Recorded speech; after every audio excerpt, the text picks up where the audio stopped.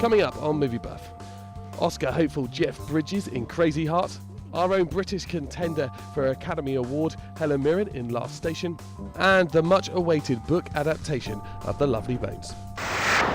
2010 is a good year to be Jeff Bridges. He's starring in the highly anticipated Tron Legacy. But that's not the reason he's getting a host of pats on the back from the critics. It's all down to this: his turn as a down-and-out country musician in Crazy Heart. I'm 57 years old. I'm broke. So far, it's earned him a Screen Actors Guild Award, a Golden Globe, and he's now in the running for the big one, an Oscar. Great, to be acknowledged like that by the guys who do what you do is a wonderful, wonderful feeling. And to bring attention to this movie that I'm so proud of and happy that I'm a part of. Based on the 1987 book of the same name, it's all about a once famous singer-songwriter. I'm Bad Blake. My tombstone will have my real name on it. Until then, I'm just going to stay bad. Now earning a living by performing in small-town bars. That is, until he meets a young journalist. I'm Jean Craddock from The Sun Scene. Tape recorder okay? Go ahead, that's right. Played by Maggie Gyllenhaal, it follows them as Bad attempts to make his life a little less so. Colin Farrell also pops up as an old bandmate.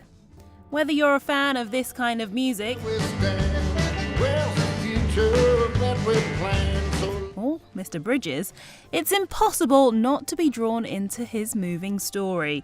He's completely believable as the weathered musician, although it might not have impressed his mum. She doesn't like me when I play, drunks, and she prefers more when I play the president or a doctor or something, But I don't know, maybe she would have liked this. She would have liked Maggie, I think.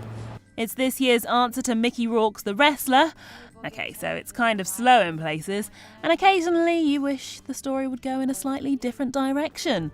But stick with it, as this is the kind of performance people are bound to be talking about for years to come. Thanks for coming out. It's so good to be home. It's been picking up its fair share of award nods over the last few months now. The Last Station, starring Helen Mirren, Christopher Plummer and James McAvoy, is being released. You think he's Christ, don't you? I do believe he's one of the prophets. This is unbearable. I'm surrounded by morons. It's based on the turbulent final years of Russian writer and philosopher Leo Tolstoy and his troubled marriage.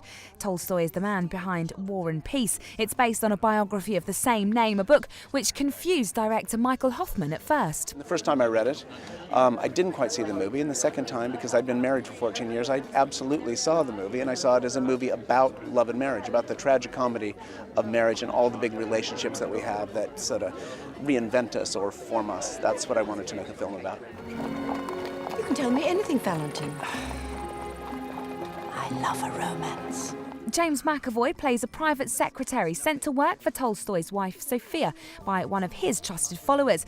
For the Scottish actor, who is about to become a father for the first time later this year, the cast, which included his now pregnant wife, was a joy to work with. Yeah, we were awfully lucky. I knew when I read this that we'd get loads of good actors, but I didn't really expect to get the calibre of Helen Mirren, you know what I mean, and Christopher Plummer and Paul Giamatti, and the list goes on as well. It's just full of really good people, and I think that's one of the things that's fantastic about the film too, actually, is that it's not just like one man stood alone on a hilltop as the world descended. It's a good ensemble, and you don't always see that. Christopher Plummer and Helen Mirren are entirely convincing as a warring husband and wife. The Last Station is a pleasant, well-told, historical romantic drama. I was 14 years old when I was murdered on December 6, 1973. I wasn't gone. I was alive in my own perfect world. The Lovely Bones has to go down as one of the most successful novels of the last decade, having sold well over 1 million copies and finding its way into the homes and hearts of people around the world. And what better a director to transform the harrowing story of murdered Susie Salmon and her family than multi-award winner Peter Jackson. The cast is stellar: Mark Wahlberg and Rachel Weisz playing the tormented parents, Michael Esposito, the troubled detective, Susan Sarandon, the alcoholic grandmother, and Stanley Tucci, the hauntingly effective killer.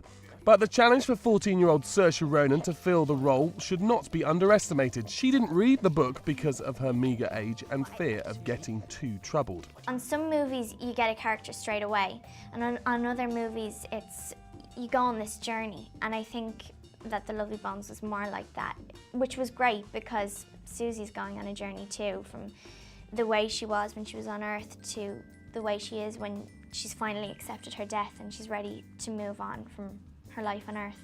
On the way, I figured out who she was and I got to know her more and more, and then by the end, all of the pieces of the jigsaw just fit together. She pulls the character off beautifully, certainly not disappointing lovers of the book in the way that Weiss's and Wahlberg's underdeveloped characters might.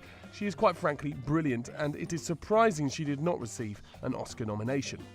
However, the nature of the story means that as a film, it doesn't quite work. There is no empowerment or real joy from the cinema experience, and the depth of the book analysed the lives, struggles and resolutions of the family members that made it so successful could not be done in this 2-hour flick. It feels awkward, eerie, beyond dark, and leaves a sickening taste in the mouth. It is beautifully shot, as you would expect, but special effects, a great cast and a mega director will never make up for this film's major flaw. It's about the murder of a young girl and her family's torment. To many, that simply won't be entertainment.